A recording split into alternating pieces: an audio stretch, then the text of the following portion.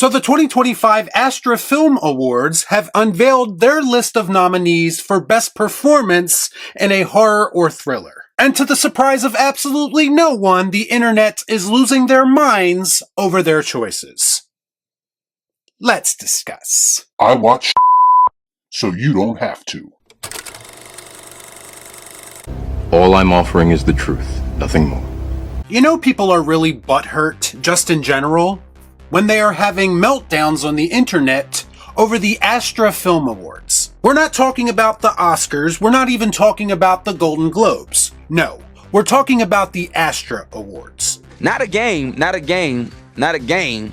We talking about practice. People are so desperate to have their own tastes in film validated and their own insecurities appeased that they are now upset over a list of nominees for an award show that they didn't even know existed prior to today. When Sinners came out earlier this year, do you think that anyone who was watching it and rightfully enjoying it said to themselves as they walked out of the theater, "Man, I really hope that this film wins a lot of Astra Awards"? I mean, please, for the love of God, take the day off from being offended about everything. But for those of you out there who had their hearts set on their favorite performance from this year winning an Astra Award, here are the list of nominees for Best Performance in a Horror or Thriller.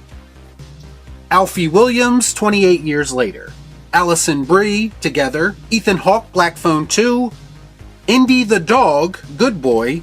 Sally Hawkins, Bring Her Back, and Sophie Thatcher, Companion. Now, before I get into the controversy of this list of names, I think Sally Hawkins in Bring Her Back was clearly the best. Now, do I think that some of these names could have been excluded and you could have put some more deserving names in their place? Sure. No one from Sinners, no one from Weapons, and no one from The Long Walk does feel like a massive set of snubs. Arguably 3 of the better films I've seen all year, with more than a few great performances contained within each that could have easily been nominated. But sadly, I am not a part of the nomination selection process for the Astra Film Awards. It looks like they are going in a different direction, and they are well within their rights to do so. Plus, in the grand scheme of things, does it really matter? How does this list of nominees, or whoever wins, impact your life in any way?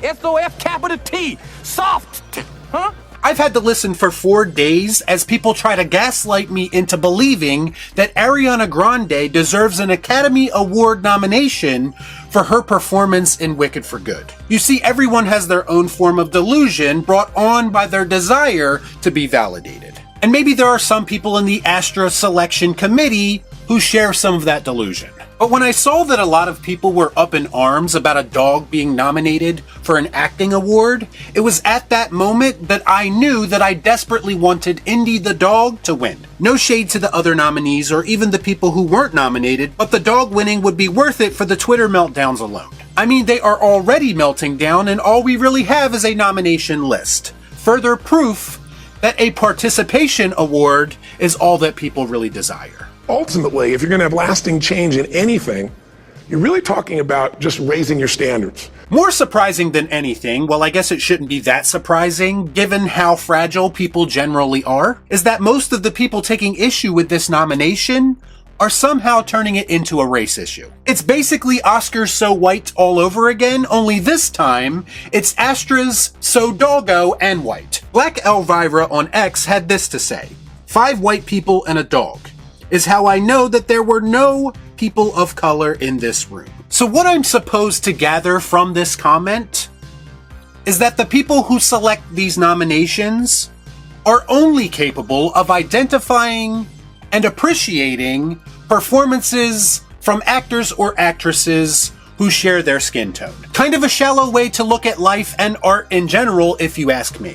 It always kind of boggled my mind how people talk about how they can't identify with certain characters because they do not look like them. And this type of thinking in reaction to these nominations feels like an extension of that.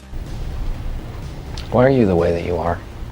The truth is that none of us know the race or intentions of any of the people in that selection room. But it's much easier to jump to conclusions, make assumptions, and try to villainize people who you do not even know. I just got done saying that I believe that just about any actor in Sinners is more than deserving of some kind of nomination. And surprise, surprise, 90% of the actors in Sinners do not look like me. But the fact that no one from Sinners was nominated for an Astra award would not make me jump to the conclusion that everybody at the Astra Awards is somehow racially biased. In fact, I didn't even notice the race of the actors in the nomination list until other people started bringing it up. So I guess what I'm trying to say is that I continue to be baffled every single day about people who choose to live their life with this racially obsessed mentality.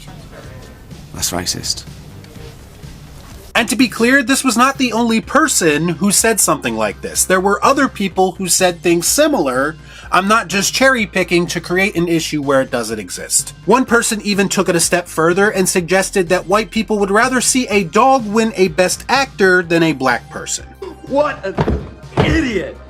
Oh, what a loser! And I have to believe one of two things is going on here. Either this is a very poor attempt at satire, or I have to believe that this person is mentally unstable in some way if they truly believe this. Don't get me wrong, we understand that white people love themselves some dogs.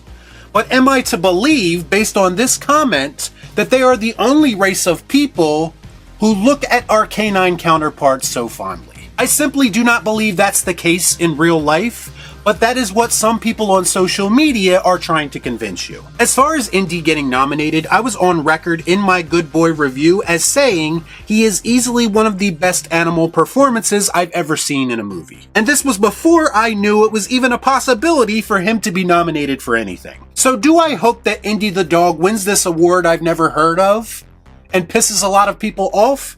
Absolutely. To me, this goes back to what I've talked about a lot in my personal life, but I've never really talked about on a public platform. Call me crazy, but I am of the belief that dogs and other animals should not be treated as lesser beings simply because they are not human. To me, watching the movie Indy the Dog was very talented when it came to helping me invest in Good Boy, and that's what a good performance is supposed to do. So would I make nominating animals a regular thing on any award show?